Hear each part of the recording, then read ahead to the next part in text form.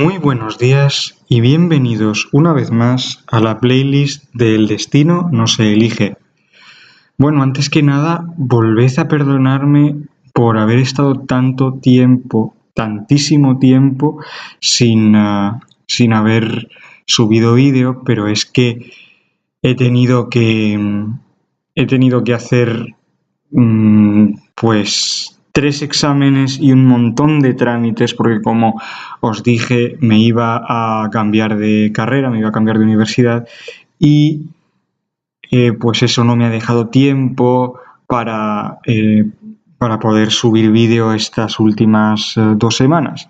Y entonces también hemos estado, mi familia y yo, haciendo traslado, porque vamos a pasar el verano en otra casa, como podéis ver, y solamente ahora he podido sentarme delante de la cámara para poder continuar. Bueno, en el último capítulo habíamos dejado a Darío y a su hermano enterándose de que les querían, de que su primo les quería asesinar para poder quedarse él solo con la herencia.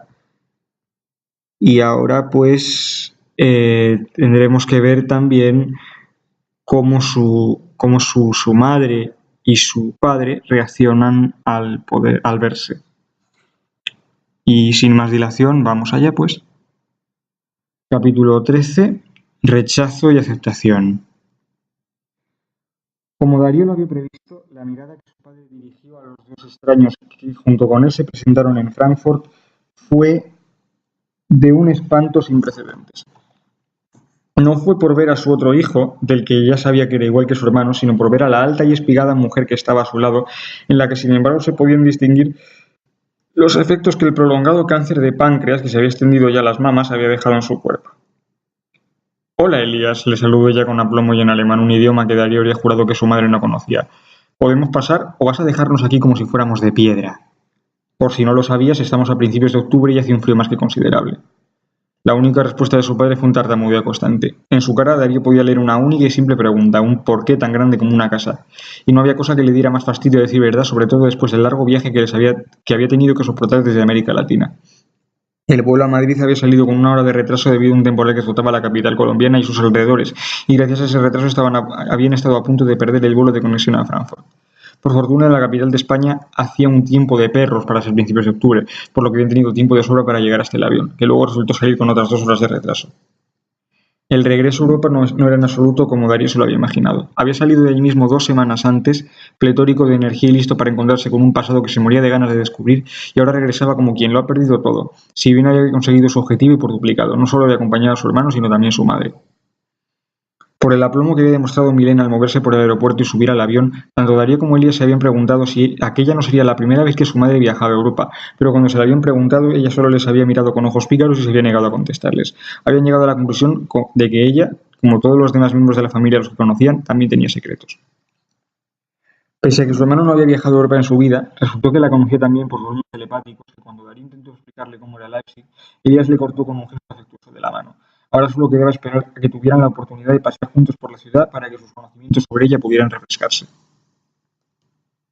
Lo que de verdad preocupaba a Elías, y sobre lo que habían hablado Darío y él principalmente durante las horas que habían pasado en aviones o aeropuertos, era el encuentro con su padre, ante el que ahora se encontraban. Del mismo modo que al llegar a Colombia, Darío había querido saberlo todo de una madre con la que no había crecido y de la que no sabía nada, Elías quería saberlo absolutamente todo acerca de cómo pensaba su padre, cuáles eran sus convicciones y cómo podía comportarse cuando estaba enfadado o de buen humor. Le había preguntado a su hermano cómo se había tomado el descubrimiento de que su hijo tenía un hermano, y ya que no podía ocultarle nada, Darío se había visto obligado a explicárselo todo con pelos y señales.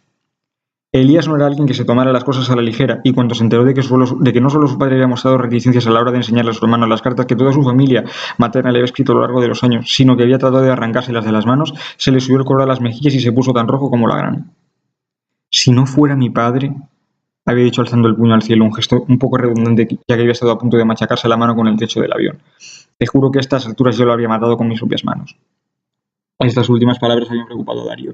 Dijo que sin duda haber vivido con Alejandro todos esos años que habían pasado separados había influido a su hermano más de lo debido.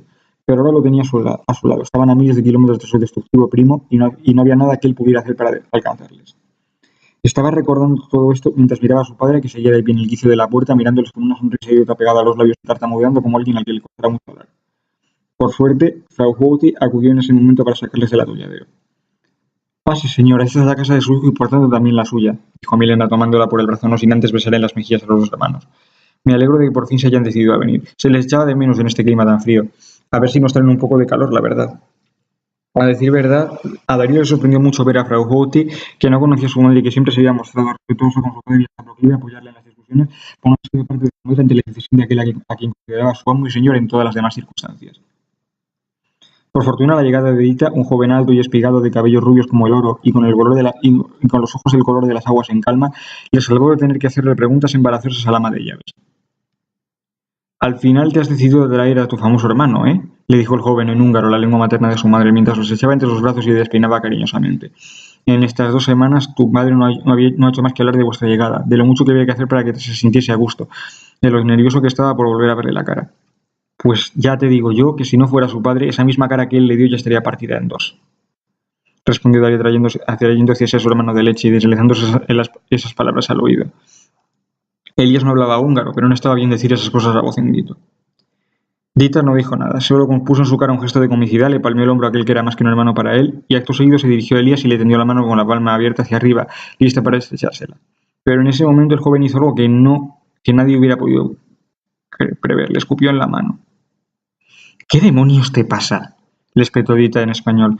Estaba claro que no se esperaba esa reacción por parte de aquel muchacho del que le habían hablado maravillas. ¿Es que no te han enseñado modales? ¿Y a ti no te han enseñado que hay algunas cosas que no se pueden hacer con la gente? Le devolvió la pelota al brazo el joven, acercándose a su hermano y rodeándole con un brazo protector. «A él nadie le toca si no soy yo». «Muchachos, por favor», intervino Milena, a la que ya se le notaba la voz cansada por el esfuerzo. «Si tienen algo que decirse, espérense a que nosotros vayamos dentro y arréglenlo aquí. Pero en esta casa no entran si no son buenos. ¿Me oyeron?». Tanto Darío como Dita sintieron frenéticamente, pero mientras Milena se daba la vuelta para entrar en la casa, seguida de Elías, que iba detrás de ella como quien persigue un hueso, Darío pudo oír que su hermano mascullaba: «Obras son amores y no buenas razones». Darío conocía el refrán, era típico de los españoles. Podía entender que su hermano, que le había tenido para el sol desde hace 3 días, se sintiese ahora algo celoso, pero eso no era tanto motivo como para escupirle a Dita en la mano. Por ello se vio en la obligación de poner paz. «Basta ya, vosotros dos», les dijo colocándose en medio. «Sois lo que más quiero en este mundo y por nada de ese mismo mundo voy a tolerar que lleguéis a las manos solo por mí. Los dos habéis compartido conmigo la leche de una madre. Sois más para mí que cualquier otra persona que exista en el mundo. Sois igual de importantes para mí. Ahora, por favor, haced las paces y entremos en casa». Elías alzó los ojos del suelo y miró al joven húngaro con unos ojos en los que no se podía leer perdón, sino rabia, odio y ansiedad. No obstante, avanzó hacia él, sacó un pañuelito de su bolsillo, le limpió el escupitajo, le pidió perdón y ahora sí le apretó la diestra con fuerza y le regaló una sonrisa que rezumbó con amabilidad. «No hace falta que me digas quién eres, he perdido la cuenta de las veces que te he visto en sueños», le dijo pasándole la mano por el hombro en un gesto que su hermano adivinó como forzado. «¿Has sido el teatro de marionetas y las maletas de los muñecos?». Dita y Darío rieron a mandíbula batiente porque Elías acababa de hacer referencia a algo que casi se les había olvidado. Era lo que tenía ser tan pequeños en aquel entonces que ya casi ni se acordaban, pero ahora que el joven lo había mencionado, los detalles le volvieron a la mente tan frescos como si todo hubiera sucedido el día anterior. Cuando ambos eran pequeños, al estar siempre sujetos a cambios y traslados por los 4 confines del mundo de acuerdo con la carrera diplomática del señor de la casa, como lo llamaba Frau Houghty, no tenían una casa fija, con lo cual siempre que debían trasladarse y hacer las maletas jugaban a hacérselas también a sus muñecos y hasta se construyeron un teatro con el que representaban a 2 marionetas sin dejar de caminar. Así sobrellevaban los continuos viajes, aunque tanto a la ida como a la vuelta siempre paraban en Lima, lo más parecido a una casa que habían conocido nunca los dos muchachos hasta que regresaron a Alemania para estudiar. «Me temo que esas marionetas se perdieron hace tiempo, si quieres que te diga la verdad», sonrió Dita. Él sí que sonreía porque lo sentía de verdad, mientras que los fingimientos de Elías se podían oír a 1 kilómetro de distancia. «Ay, perdón, quería decir que se pudieron». Era verdad, aunque Dita se cayó que Elías padre les había obligado a tirarlas cuando ambos cumplieron 8 años. En primer lugar, porque esas marionetas estaban hechas de trozos de ropa vieja que se expedían al horno al segundo. Y en segundo y último lugar, porque de no moverse los trozos de ropa se descosían y no había casal por la que pasaran en la que no dejaran ni hilos o trozos más o menos de tamaño medio. Así que a los 8 años la tradición de hacerle las maletas a los muñecos y de seguir con el teatro de marionetas se perdió, y desde entonces las únicas maletas que ambos jóvenes hacían para trasladarse eran las suyas propias.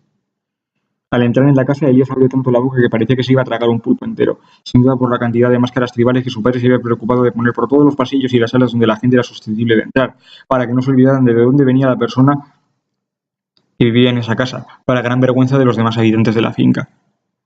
Tanto Darío como Dini se cuidaron de mencionarle que también había otras máscaras tribales en los baños, hasta encima de los váteres, como los había oído en todas las casas que habían ocupado en su peregrinación diplomática a lo largo y ancho del mundo. La casa ya era lo suficientemente tenebrosa y siniestra sin esos detalles. Elías padre y Milena les esperaban en el salón principal, sentados en sendos sofás tapizados en terciopelo azul. Darío les echó una mirada al entrar en la sala y se sorprendió al ver que parecían dos estatuas. Cada uno tenía una mano apoyada en la barbilla y se miraban como si fueran dos generales aguardando una señal convenida para empezar la batalla. Su padre tenía la cara pálida como una estatua de mármol y los labios tan fruncidos que solo parecían una fina línea dibujada con un lápiz. Sus ojos en blanco estaban fijos en el cuadro que colgaba en la pared, una copia especialmente buena de un Tiziano, y pareció determinado a no fijar la vista ni una vez en la mujer a la que había dejado sola, pobre y con un hijo al que alimentar. «Déjanos solos», dijo Elías Adite rompiendo el silencio con una voz imperiosa en la que a Darío no le costó nada reconocer el tono mandón de señorito colombiano. «Este asunto no te concierne, solo para nuestros oídos». Darío se volvió hacia su hermano para reconvenirle, pero antes de que pudiera decir una sola palabra, su hermano de leche le colocó una mano en el hombro. Y en ese apretón, en el que logró concentrar toda la fuerza expresiva que se propuso, Darío comprendió que Elías tenía razón, que aunque considerasen a Dite y a su madre como de la familia, en realidad había cosas que ellos no podían o no tenían por qué oír. «Te espero arriba en nuestra habitación», le dijo al oído Yenungar antes de subir las escaleras. «Cuando termines, invéntate una excusa para deshacerte de tu hermano y sube a contármelo todo. Por ahora ha llegado el momento de que te enfrentes a esto solo. Buena suerte». Le palmeó el hombro y subió por la escalera como una centella mientras Elías se miraba expectante, esperando a que franqueara el umbral de la sala para cruzarlo tras él. Cuando los cuatro estuvieron solos y los dos hermanos hubieron tomado asiento cada uno junto a uno de sus padres, Milena carraspeó, lo que le supuso un notable esfuerzo debido a su dolor de pecho, y empezó a hablar con voz mesurada y tranquila, esta vez en castellano, aunque algo en las entrañas de Darío le decía que hablaba alemán tan bien como su padre, su hermano y él mismo. «Sé que te resultará raro que nos hayamos presentado aquí de este modo, sin avisar y con tan poco tiempo para prepararlo todo». Al ver que Elías iba a empezar a hablar, la mujer levantó una mano para que la dejara terminar. No quiero que te disculpes ni que te justifiques. A buen seguro solo pensabas que iban a venir tus dos hijos y no yo. Si te sirve de consuelo, yo creía lo mismo. Aunque los planes se han desviado un poco de su curso original gracias a mi sobrino Alejandro, que ha llegado al extremo de tener unos celos incontrolables de sus primos. A Elías le empezó a subir el color a las mejillas en cuanto su antigua criada dijo la palabra celos. Sin embargo, Darío podía ver que su madre todavía no había terminado de hacer uso de su turno de palabra. Quiero que sepas que no he venido a reprocharte absolutamente nada, es más, me siento feliz de saber que llevas una buena vida. Digamos que solo me he acoplado a tus hijos con la esperanza de que aquí se me dé un mejor tratamiento para el cáncer que padezco. Ahora es tu turno para explicarle a tu hijo, señaló Elías con un dedo admonitorio, por qué le abandonaste y le privaste de la oportunidad de crecer junto a su hermano. Para cuando su madre terminó de hablar, Darío podía jurar que nunca había visto a su padre cambiar tan rápido de expresión facial. Elías había pasado de tener las mejillas rojas como una remolacha a tenerlas otra vez tan blancas como las de una máscara de yeso, de esas que se usaban antiguamente en el teatro griego y romano. Abrió la boca 2 veces como si intentara buscar aire desesperadamente y en ese momento su hijo notó que boqueaba, como si estuviera bajo el agua, en una zona donde no hiciera pie y tuviera que salir cada poco a la superficie para expirar unas bocanadas de aire. Se notaba que le resultaba difícil empezar a hablar, como ya le había resultado difícil hacerlo 3 semanas antes, cuando Darío le pidió que le relatara la misma historia. «Fui un estúpido», fueron las primeras palabras que articuló en castellano y en voz tan queda que sus dos hijos tuvieron que inclinarse hacia él para oír lo que decía. «Me dejé arrastrar por unas convicciones indígenas que no tenían nada que ver con lo que pasaba en realidad y os privé de la oportunidad de crecer juntos, como debería haber sido en justicia. Pero quiero que sepáis que quería hacerlo para mayor seguridad vuestra». Llama seguridad a que todas las mañanas durante 18 años yo me despertara empapado en sudor, llamando a gritos a un hermano del que muchos no creían en la existencia, poniéndome en ridículo delante de toda mi familia. Elías hijo tenía los ojos tan duros como astillas de pedernal y Darío veía claramente que estaba empezando a ver toda la rabia y el odio que había acumulado contra su padre en todos esos años. «Eso no es seguridad, padre, eso es cobardía pura y dura, y tú lo sabes tan bien como nosotros. En el momento en que vosotros nacisteis, la familia de tu madre estaba arruinada». Intentó justificarse el padre, que cada vez estaba más abochornado. Gotas de sudor le corrían frente abajo y le manchaban la pechera de la camisa. «El sueldo que yo le pagaba a tu madre por trabajar como criada mía era el único dinero fijo con el que contaban. Si yo te llevaba conmigo, corría el riesgo de que tu madre se quitara la vida en un ataque de locura, y entonces sí que tu familia hubiera acabado siendo tan pobre como las ratas y quizás rebuscando entre las basuras de los vertederos. Oh, mira qué bien, una muestra de caridad cristiana, ironizó el muchacho que cargaba de veneno cada una de sus palabras. Tú mismo lo has dicho, fueron las convicciones indígenas las que te impidieron llevarme con vosotros. ¿Qué te enseñaron los aborígenes amazónicos, papá? Que era delito que una mujer se quedara embarazada de dos criaturas, que si dos muchachos que nacían en el mismo parto crecían juntos les sucedería una desgracia. Ahora un deseo de oírlo. Para la gente de mi pueblo, Elías alzó la mirada al cielo como pidiéndoles fuerzas a los dioses de su madre. El hecho de que en un parto nazcan gemelos significa que 7 años de desgracia caerán sobre toda la tribu. Además, esa desgracia repercutirá en ellos y en su relación a lo largo del tiempo. Yo no hice más que lo que me dictaba mi conciencia, pese a que en esa ocasión el dios del destino me decía que no debía separaros. Has dicho que en tu tribu dos gemelos tienen 7 años de desgracia.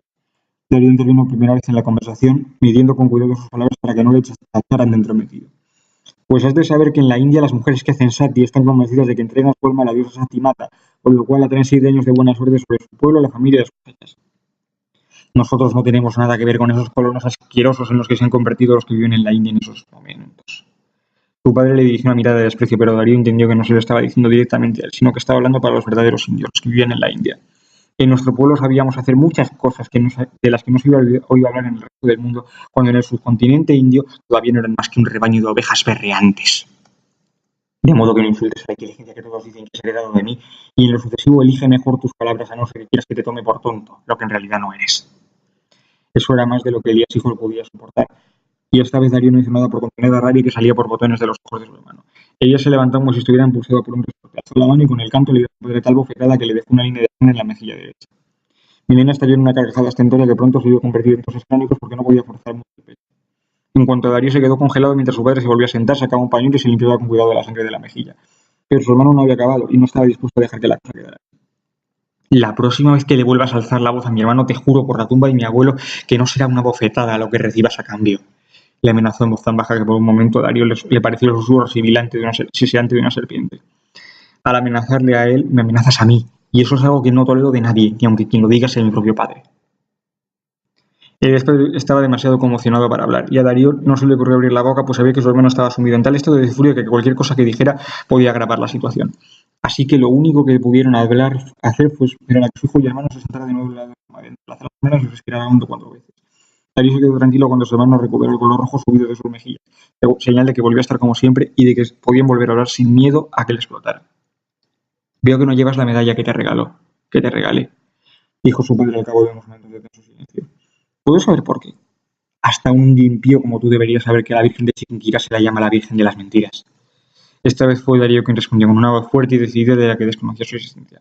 Al ponérsela en torno al cuello, quería simbolizar que jamás esperabas volver a saber nada de él y que le decías adiós para siempre. Por eso no la lleva, porque yo se la arranqué del cuello para que no siguiera llevando en torno a él una mentira tan grande como una casa. Elías padre se quedó petrificado, como si acabaran de asestarle una nueva bofetada. No esperaba que su hijo se enterara tan pronto de la simbología de la Virgen de Chiquinquirá, aunque estaba seguro de que a su amigo Lorenz le había faltado tiempo para abrir la boca. Está bien, no voy a intentar decir lo contrario cuando ya habéis descubierto lo que pretendía. Esta vez la voz le salió quebrada, como si ya no tuviera fuerzas para hablar. Sin embargo, ahora que os habéis encontrado, ya no hay vuelta atrás. Debéis proseguir vuestra vida juntos, opine yo lo que opine. Darío vio como tanto su hermano como su madre esbozaban una sonrisa triunfante, contentos porque al fin el hombre que les había despreciado durante casi 2 décadas reconociera lo que ya era inevitable. Vio también como su padre derrotado se encogía de hombros y bajaba la cabeza, como si ya no hubiera nada más que hablar, como si hubiera perdido las pocas fuerzas que todavía le quedaban. Y pese a que en ese momento había debido sentirse pletórico de felicidad, sintió un escrúpulo que le impulsaba a defender al hombre que lo había criado, que había hecho lo imposible para que tuviera una infancia feliz, no obstante los lógicos impedimentos que sus secretos habían puesto en el camino. Su padre no se merecía que todo lo que había hecho durante 18 años para protegerle cayera en saco roto de esa manera. Lo primero que tengo que decir es que no voy a permitir que se le falte el respeto a una persona que ha hecho todo lo que estaba en su mano para asegurarse de que no me haya faltado nada durante estos 18 años. Dijo de una tacada sin pararse a pensar en si lo que decía les dolía o no tanto a su madre como a su hermano. Este hombre del que vosotros os estáis riendo como si fuera un payaso me separó de vosotros, sí, pero a cambio me dio una educación, me hizo aprender idiomas y viajar por el mundo. Y lo más importante de todo, me dio más amor del que he conocido en mi vida. Dudo muy seriamente que si me hubiera quedado con vosotros hubiera recibido lo mismo a cambio. Su madre le estaba mirando con la boca abierta, Darío era consciente de ello, pero no iba a permitir que emitiese ningún sonido hasta acabar su defensa de su padre. Este, por su parte, estaba callado, sentado en su sofá sin alzar la vista, pues para él todo estaba ya perdido. Pero él le daba igual que su padre le escuchara o no. Ese alegato iba dirigido solo y únicamente a su madre y a su hermano. Durante 18 años he viajado por el mundo tratando de encontrar una explicación a la pregunta más importante de mi vida. ¿Por qué no tenía madre y si tendría algún hermano? Seguía diciendo Darío, vertiendo por su boca todo lo que había pensado durante esas casi 2 décadas en las que no había tenido a toda su familia reunida. Mis sueños pudieron darme una clave acerca de las respuestas a estas preguntas, pero los sueños no son suficientes para aclarar las preguntas que te han perseguido toda la vida. Por eso, al recibir tu carta, señaló a su madre con el mismo dedo admonitorio que ya había empleado momentos antes con Elías. Me puse en camino hacia Colombia sin apenas molestarme en preguntarle a mi padre si merecía la pena. Lo que encontré allí no desdijo de lo que yo esperaba, porque desde hace tiempo me había formado la idea de encontrar una encarnación precisa en lo que he visto. Una familia grande, sí, y unida de cara a la galería, pero en realidad estaba llena de odio y dividida cuando nadie miraba. La nuestra, por parte de madre Elías, es una familia desgarrada por la envidia, y mucho me temo que hasta que eso no cambie no podremos regresar en paz. Por otra parte, os pido que miréis muy bien al hombre al que hasta ahora no os habéis cansado de vituperar. Podría haberos cerrado la puerta en las narices cuando os ha visto, pero el miedo le hubiera impedido hacerlo y yo no me hubiera negado. Pero en vez de eso os ha abierto las puertas de par en par, os ha invitado a pasar y ahora estáis sentados en su salón. Lo mínimo que podéis hacer, que hubierais podido hacer si no estuvierais tan llenos de odio por dentro, es escucharles sin hablar, sin decir palabra alguna y solo cuando hubiera terminado tendríais permiso para hablar. Puede que no haya conocido a mi abuela ni mi abuelo por parte de padre, pero estoy seguro de que ellos le enseñaron a escuchar a la gente hasta el final antes de emitir un juicio. Sobre todo mi abuela, como chamán de una tribu indígena tuvo que demostrar que poseía las 5 virtudes, no educó a su hijo para que le hablara a la gente como vosotros acabáis de hablarle a él. No se merece que vertáis sobre su persona todas las angustias, amarguras, injusticias que habéis acumulado durante estos años. Vertedlas sobre mí si queréis, pero no le carguéis a él con culpas que no tiene por qué arrastrar. He dicho. La mirada de agradecimiento que le dirigió su padre no tuvo parangón con ninguna de las veces que le había mirado para darle las gracias en toda su vida. El color había vuelto a subir a las mejillas y en los ojos tenía la misma luz que cuando Darío le anunció que antes de ir a buscar a su familia se adentraría en el Amazonas para buscar al pueblo de su abuela. En cambio, su madre y su hermano estaban mudos como cadáveres, pues nunca se hubieran imaginado que su hijo y hermano fuera capaz de hablarles de esa manera. Darío les dedicó una sonrisa con todos sus dientes de lo de bien merecido. No me mires así, le dijo su padre cuando hubieran pasado unos minutos y el clima se hubo normalizado. A ti también te va a tocar escuchar algo que no te gustará nada. He decidido abandonar la carrera de Relaciones Internacionales y entrar en el seminario de San Marcos con Lorenzo y con mi hermano. Su padre se volvió a derrumbar como Darío supuso que lo haría. Y en el fondo el joven odiaba sus cambios de ánimo tan frecuentes que a veces se preguntaba si no sería bipolar. Tan pronto se mostraba sonriente como deprimido, aunque en ese caso tenía razones para hacerlo. ¿Y qué hago yo ahora con el dinero que me ha costado la matrícula en Leipzig? Se lamentó. En su mente, Darío podía imaginarse que su calculadora mental estaba sumando cifras escandalosas. Para que lo sepa, solo llevas un mes allí y una casa no es algo que se venda saliendo del aire. Quédatela, dijo Darío con displicencia. Una casa más o menos no es algo que me importe. Como tú ya me vas a dejar y cuando Alejandro se canse de perseguir la finca de mi abuelo, tendré 3 casas, 2 más de las que me gustaría. Y ahora, con vuestro permiso, me gustaría ir a hablar con Dita, que me está esperando arriba. Al fin y al cabo, es mi grano de leche y hace más de 2 meses que no lo veo. Y creo que vosotros 3 tenéis mucho de qué hablar, de modo que me disculparéis si estoy fuera 3 o 4 horas. Y sin más preámbulos, abrazó a su padre, que le trazó la señal de la cruz en la frente, besó la mano de su madre, palmeó el hombro de su hermano, que le abrazó a su vez, aunque luego quiso retenerle para que no se fuera, y desapareció escaleras arriba, rumbo a su vieja habitación.